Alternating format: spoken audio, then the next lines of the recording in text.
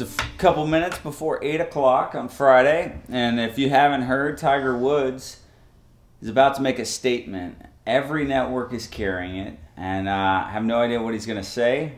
If he's going to leave the game of golf for a little while, if he's going to jump back in and play golf, apologize. I don't know. Everybody's kind of captivated on what's going to happen. And we're watching it live. Wow. And thank you for joining me. I want to say to each of you, simply and directly, I am deeply sorry for my irresponsible and selfish behavior I engaged in. The issue involved here was my repeated irresponsible behavior. I was unfaithful. I had affairs. I cheated. What I did is not acceptable, and I am the only person to blame. I want to ask for your help. I ask you to find room in your heart to one day believe in me again. Thank you.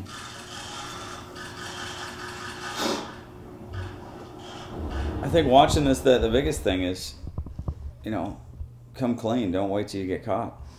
And it's a whole lot easier to not have to do what he just did. But hey, beyond Tiger, we got a couple things that we want you to see in this podcast. Some friends of ours, White Collar Sideshow, have this incredible story of their own dealing with pornography in their marriage, as well as a recent porn and pastries event that we want to show you some video from. No. How does it spread? Is it airborne? It's a possibility. We don't know. Is this an international health hazard or a military concern? Both. Are these people alive or dead? We don't know. You need someone to show you the ropes, huh? And you just come see me.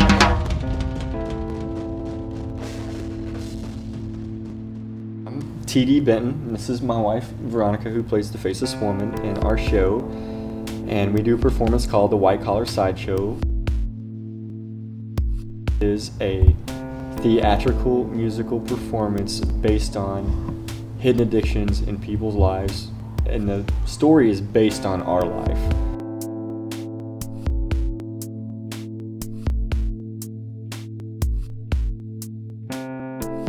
The story behind the show is my insanity of just addiction, going from being a drug addict and going through a lot of surgeries, becoming a Christian, and then recognizing how big of an impact pornography had in my life. He and I met in October 2000, got married 3 months later. And right after that, he started hopping online. He'd sneak out of bed and go get online. And so I thought there was something wrong with me. So I didn't even know pornography was an addiction. And so I was gonna fix the problem, me, so as well I'm not skinny enough. So I struggled with the bulimia for probably a good 1.5 years of our marriage. And I let it go on and on and on, trying to fix me.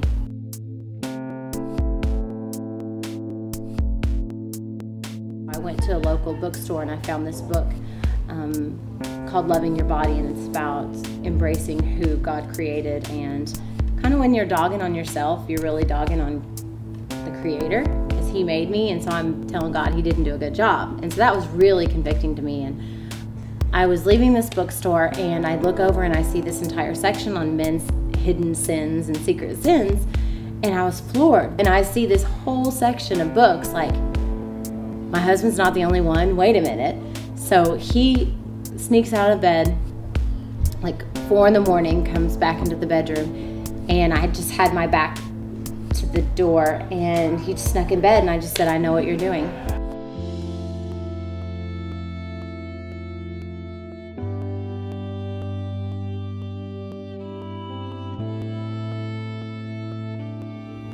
I think embarrassment of not only knowing that I can't stop, but also feeling like a failure. I mean, even after you spend hours online and you get off, you're like, man, is this ever going to end? Is this ever going to stop? And I could never tell Veronica for fear that he would divorce me. I mean, you always think of the most extreme consequences. It was huge for me when she called me out, because I had felt like finally everything was out in the open and I didn't have to hide anymore. I didn't have to have things haunt me, I guess is what it was. And he has since told me it was like the weight of the world coming off of his shoulders, because finally somebody knew. So we had to have a really big sit down talk in our marriage. Divorce wasn't an answer at all. And so it was figuring out where we need to go from here, and how we need to keep Christ as the focus, because that was our answer. Like,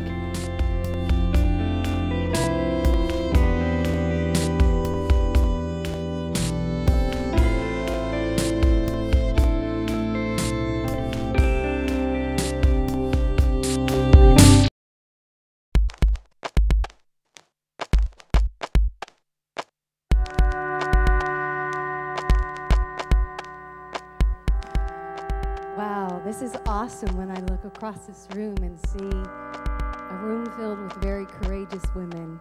Over 7 years ago, he was just an ordinary pastor, if there is such a thing as an ordinary pastor. And he began to notice how much of an issue this was in his own church. And so he chose to do something about it. And he started XXchurch.com. And would you welcome Craig Gross into the stage? It's great to be here tonight. This is a huge issue. $12 billion in the U.S. is spent on porn. There's 400 million pornographic web pages on the internet, and so we said, hey, we've got to do something. It's something that oftentimes is done in secret. About 75% of the people that look at porn look at it by themselves, so that's why we don't talk about it. And so tonight I wanted to bring up a close friend of ours to the ministry. I met her because she volunteered for our ministry. She said, you know what, this is what my life is, and this is how I've been affected. She went on then from our site to create a site and a community called Partners for Purity, which was made up of a bunch of women that had gone through this experience, that either lost their husband or they'd been dealing with this situation with their husband, and they created a huge network of women online that said, you know what, hey, let's kind of stick together, let's support each other through this. If you welcome up Michelle Truax. And so I just assumed, you know what, all guys do it. All guys do it. And once we get married, everything's going to be okay. It'll work out. He did not tell me the degree to which he was using pornography. He did not tell me that he was in debt. There was much that he did not tell me, but I did know before I married him that it was an issue for him. With pornography, the guy doesn't have to worry about my needs. He's taking care of himself. So I'm starting to think it's me. There's something wrong with me. Bitterness started to take root. I didn't understand why he was looking at other women, and boy, I started stuffing things and not knowing where to go. And like I said, I didn't have a really good, strong walk with the Lord. I didn't have women in my life that were speaking into my life, and helping me at this time to walk through this. So it's just important for me to say that you have to find your worth in God and in His Word, because without that, you'll suffer with the bitterness and the anger and the resentment. I mean, we've really been through a lot because of this ordeal. Yeah, thanks, Michelle. Thank you. This next lady, Shelly R. Warren, I get an email from her, and she said, hey, Craig, you got nothing for women on your site, and this is years back. You know, you got all your stuff about the boys and the men, about porn, but what about us ladies? And so she offered, she's a writer, she's an entertainment writer out of Nashville, and she offered her services. She said, hey, I'd love to write for your site. I was familiar with her. Her first book was called Inside of Me, and I was familiar with the book and what she did, and so I just said, hey, that would be great. And so for the last 3 years, she's been writing for our site weekly. Please welcome Shelly R. Warren. My introduction to porn was this. I was sexually molested by a family member for years. Often sex is so powerful.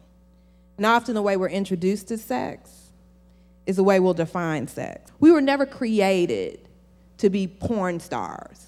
Lust is never, ever, ever satisfied, ever satisfied.